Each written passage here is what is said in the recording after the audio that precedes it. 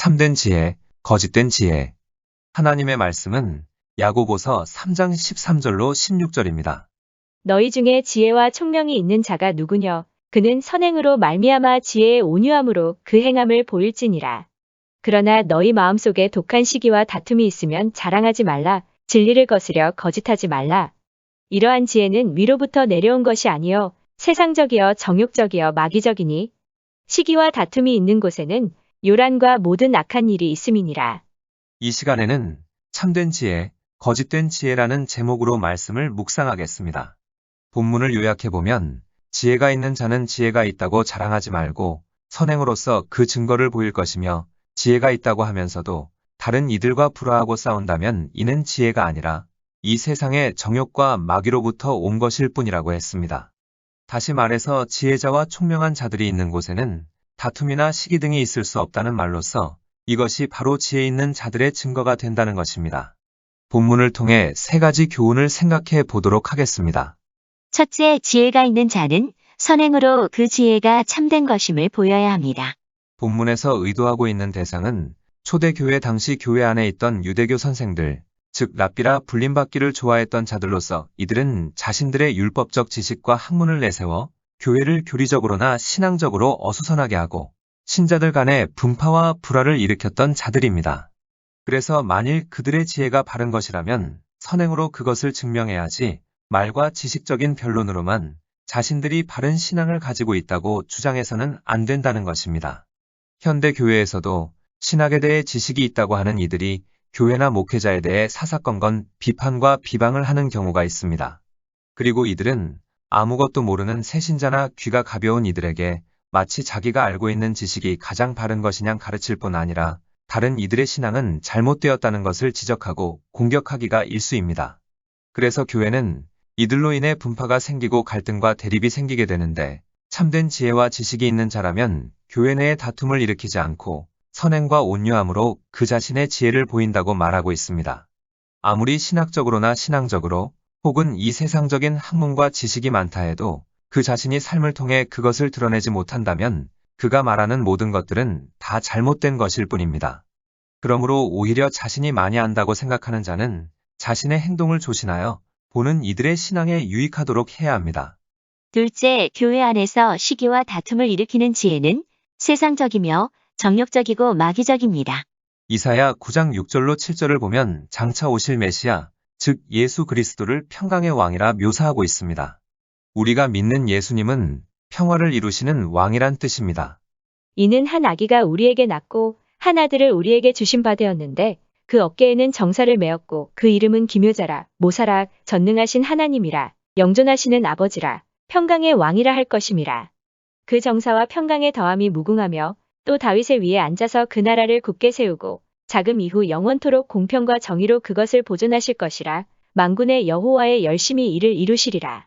에베소서 2장 14절로 18절에 그는 우리의 화평이신지라 둘로 하나를 만드사 중간에 막힌 담을 허시고 원수된 것 곧 의문에 속한 계명의 율법을 자기 육체로 패하셨으니 이는 이둘로 자기의 안에서 한 새 사람을 지어 화평하게 하시고 또 십자가로 이 둘을 한 몸으로 하나님과 화목하게 하려 하심이라. 원수된 것을 십자가로 소멸하시고 또 오셔서 먼데 있는 너희에게 평안을 전하고 가까운 데 있는 자들에게 평안을 전하셨으니 이는 저로 말미암아 우리 둘이 한 성령 안에서 아버지께 나아감을 얻게 하려 하심이라. 예수님은 싸움과 다툼을 일으키는 분이 아닙니다. 그래서 본문 15절에서는 시기와 다툼을 일으키는 지혜는 하나님께로부터 온 참 지혜가 아니라 세상으로부터 온 정욕적이고 마귀적인 것이라고 한 것입니다.